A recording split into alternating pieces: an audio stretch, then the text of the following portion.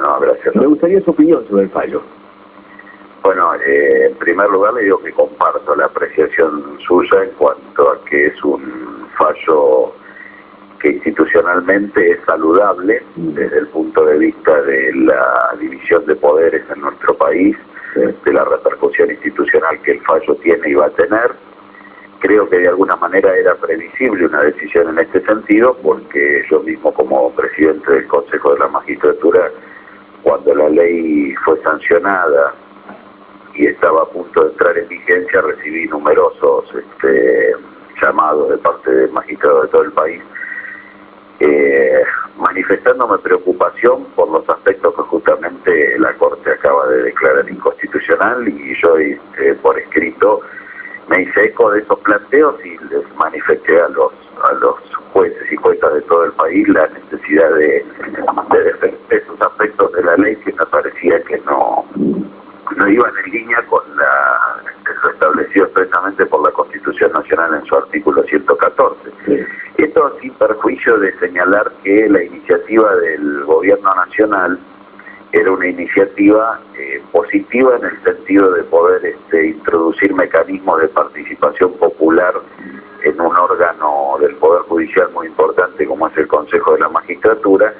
y en ese sentido me parece que hay muchos aspectos de la reforma judicial que son rescatables, que pueden llegar a llevar a cabo una interesante participación y un acercamiento de la justicia a la sociedad, pero precisamente estos son los aspectos que la Corte Suprema, creo que con un análisis muy correcto del texto constitucional,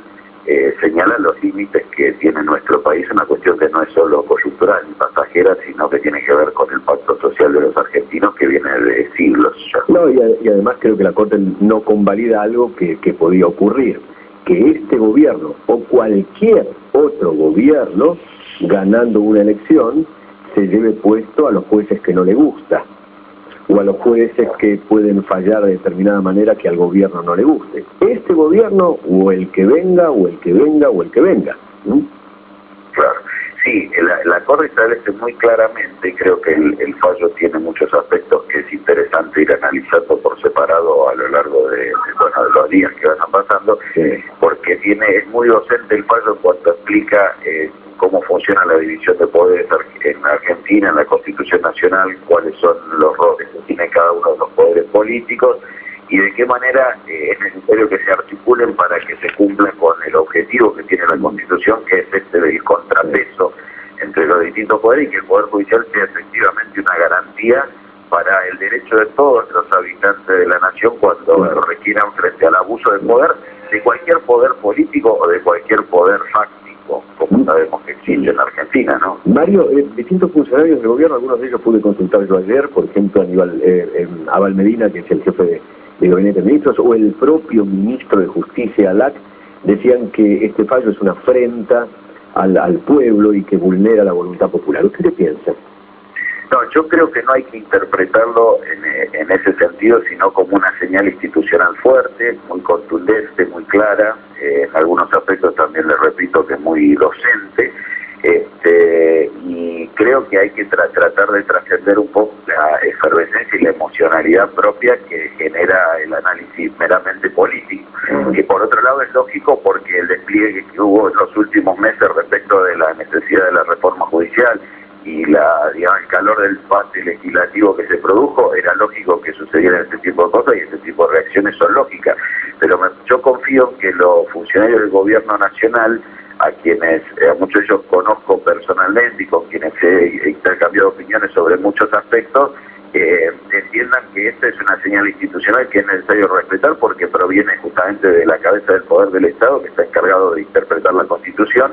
y que a veces uno puede tener una opinión discrepante o concordante, pero lo importante es señalar que acá hay una mayoría de la Corte Suprema, una Corte Suprema muy prestigiosa y muy prestigiada no solo en la Argentina, sino en el plano regional e internacional, que es necesario, acatar y ver de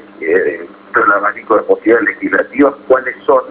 las que podrían llegar a conjugarse con una mejor inserción de la población. A ver, desde el gobierno dijeron que iban a acatar el fallo. En realidad es obligatorio que lo acaten, ¿no? Ni siquiera lo tiene que aclarar, ¿no?